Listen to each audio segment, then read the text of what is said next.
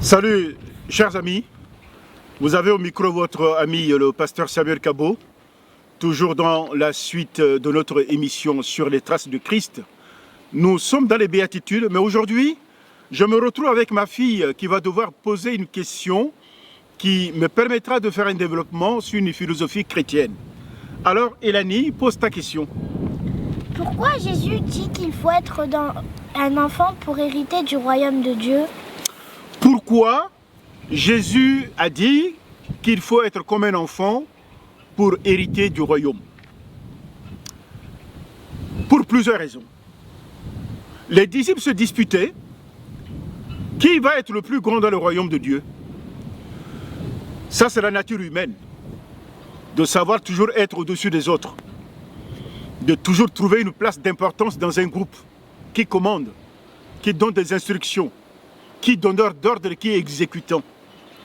Et les disciples n'ont pas échappé à cette pandémie, si on pourrait ainsi dire. Et Jésus s'en est aperçu. Il a vu un enfant à côté du groupe. Jésus est allé chercher cet enfant, il l'a placé sur une table. Il leur a dit, regardez cet enfant. Si vous ne devenez pas comme cet enfant, personne du milieu de vous n'héritera du royaume. Et vos disputes là seraient des disputes inutiles.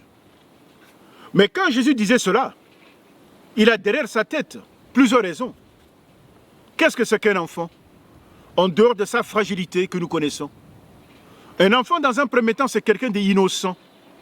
Innocent dans le sens où il est pur. Il n'a pas d'arrière-pensée. Il pense ce qu'il dit ce qu'il pense.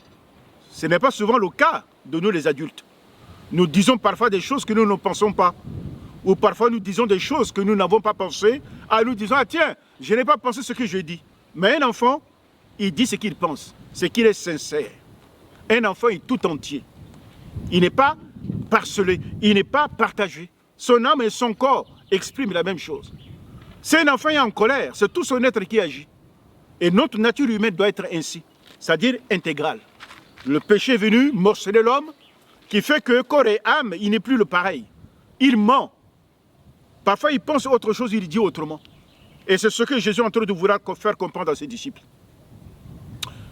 Deuxième chose, un enfant, il est dépendant.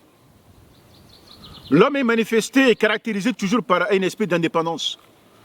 Et ça, cette graine, Adam et Ève ont semé dans leur propre corps et ils ont transmis aux générations dont nous faisons partie. L'esprit de l'indépendance, se soustraire à l'autorité de Dieu, vivre par soi-même, décider par soi-même. Vous savez qui est l'incarnation de l'esprit de l'indépendance? Je connais un personnage qui est dans la parole de Dieu. C'est un personnage spirituel dont je n'ai pas envie de citer le nom. Mais je le cite pour que vous le compreniez. Il voulait s'élever pour être égal à Dieu. Et Dieu l'a précipité sur la terre des hommes. Et c'est lui qui manifeste l'indépendance. Tous ceux qui manifestent une indépendance par rapport à la parole de Dieu ont été infectés par cette graine, qui est une graine diabolique, qui n'aime pas l'autorité. Et nous voyons notre siècle est un siècle qui est caractérisé par le rejet de l'autorité. On n'aime pas l'autorité. Pour n'avoir pas aimé Dieu, tout ce qui est de Dieu, les gens le mettent de côté. Ça, c'est le deuxième point. Le troisième point pour un enfant, c'est avoir l'esprit ouvert. Un enfant est celui qui est toujours un apprenant. C'est toujours un terrain vierge, qui a toujours envie de chercher, d'explorer. D'explorer. L'enfant, il est vierge. Et Dieu veut que nous soyons des gens vierges, disponibles, être capables d'apprendre. Une créature de Dieu est toujours créatif. Dieu a toujours des choses nouvelles à nous donner.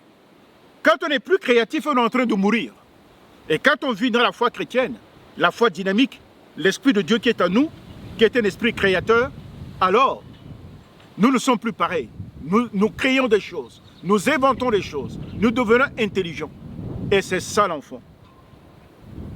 Et la quatrième des choses, c'est l'enfant fait une confiance absolue. Je me souviens de mon fils, quand il était tout gamin, plus petit que Elanie qui est à mes côtés, on s'amusait à jouer. Et je l'ai mis sur un muret. Je lui ai dit, Josué, saute. Il m'a regardé longtemps et il a sauté dans le vide. Ah! Je n'aurais pas pu le rattraper. Il se serait fait mal. Mais il savait qu'il avait confiance à son père. Et quand je lui ai demandé de sauter, il a sauté. Il était dans mes bras. Et quand Jésus demande que nous soyons comme des enfants, que nous devons lui faire confiance. C'est lui qui conduit nos vies. Nous n'avons pas besoin de calculer. Nous mettons notre main dans sa main, il nous conduit. Comme un enfant, le cheveu dans le vent, la main dans la main de son père, et qui le conduit, il ne sait pas là où le père le mène.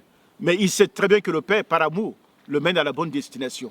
Alors, soyez comme des enfants, et le royaume de Dieu vous appartient. Et vous vivrez libre. On n'est pas libre, nous les adultes. Le caractère adulte nous empêche d'être libres. On ne s'amuse pas comme il faut. Or, un enfant, il est libre. Alors, rentrons dans la liberté de l'enfant. Vivons la vie de la foi comme un enfant. Dieu ne pourrait qu'être glorifié. Et nous ne pouvons qu'en tirer bénéfice. Soyez bénis, les amis de la francophonie. C'était depuis le Mont Bouquet, votre ami pasteur Samuel Kabou, des Cévennes.